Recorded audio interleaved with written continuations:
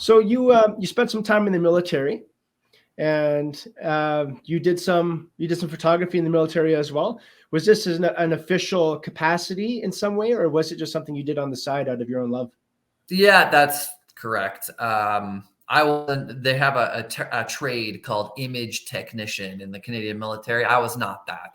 I was just an infantry guy who, had an artistic talent, and walking through any armory in Canada, you will see historical photographs of the units on the walls, and maybe some background shots of them training. Who took those pictures? Somebody had to take those pictures.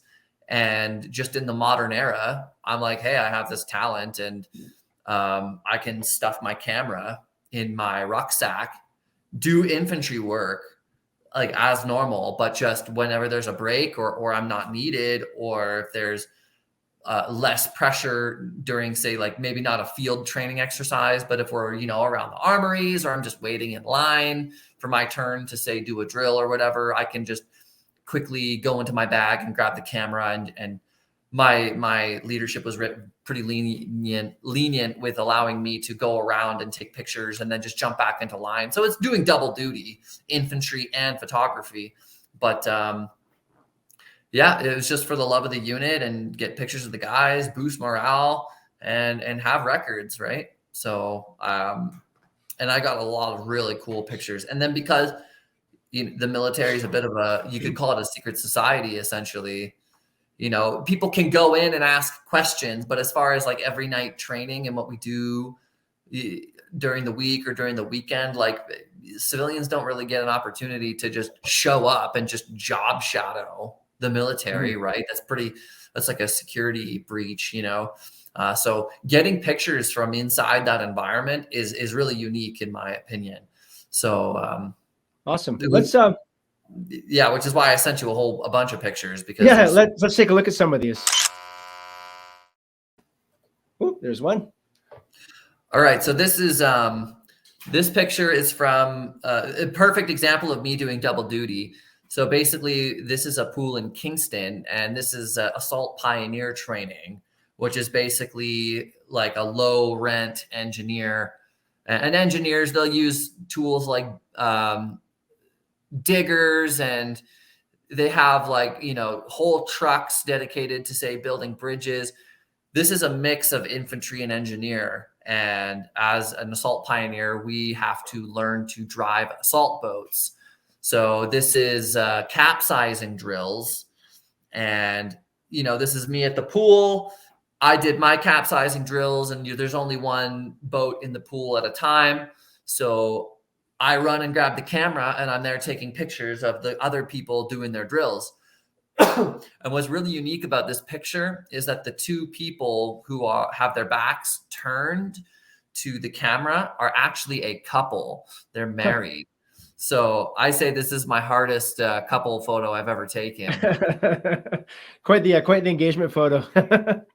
Yeah. And so basically those three guys, they stand up on the top, they grab the ropes, and then they just lean back. And then you need two people on the underside to get inside the boat when they flip it. So that's what's happening. And, I'm just standing there on the edge taking the picture, but the high action with the water dripping off of the couple there, and the facial expressions, especially of the guy in the middle, he's just exerting all the effort he can to get that boat up. So there's a lot of, there's literally a flipping motion in this photograph with all the stress. It's a high action shot. And if anything outside of candid is high action, that's what I really like to do with my photos. Nice. So. All right. What's this one what's going on here? So this is at a machine gun range, and again, I'm not on a gun. So I run to my bag, grab my camera, and I'm taking pictures of the guys shooting. And what's happening, this is a perfect example of being able to really get your timing down with a photograph. You can see that this is a barrel change. So basically when you're shooting a whole bunch of bullets, the friction of the bullet going down the barrel makes the barrel hot. And because it's a machine gun, it gets really hot. So every belt, you have to switch the barrel out. and let one barrel cools off while you put another one on. So you have 2 barrels while you run around with a machine gun. And this is just a perfect capture of, the number 2 on the gun crew pulling the barrel off, doing a barrel switch. And if you were to zoom in right where the gun and the barrel is, I don't know if you can zoom. I'm not sure that I can. Yeah, but if you can zoom in on the picture, you can kind of see it. You can see the radiating.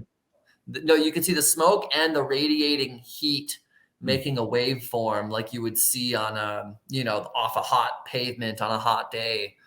So if this was printed really big, it would look really fantastic. And it with the bokeh, it really brings you into just that one little area where the action is, especially if it was printed large. There's the warping of the light with the heat. What when you were doing these, I guess, yeah, when you were doing these, what was your setup that you're using? What did you like to use, and is it similar to what you're using now? Yeah, I use the same camera. It's a Nikon D850. It's probably going to be the same for all these pictures. The Nikon D850, I had a 24-70 f2.8. I had the 50 prime 1.8. I had an 85 1.8 prime, and then I had actually, I'm pretty sure that's all I had. I didn't have a single telephoto lens at that time for almost all these pictures. So 85 is as far as I'm going, but that means you got to be close to the action. I do love the 85. That's for sure. Yeah, it's like, I love it.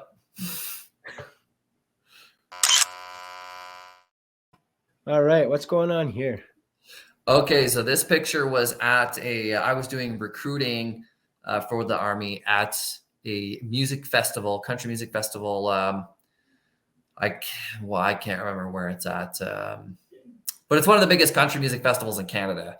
And basically, the Skyhawks showed up here to do, a show because it's just advertising for the Canadian military. People see parachuters and, wow, I want to join.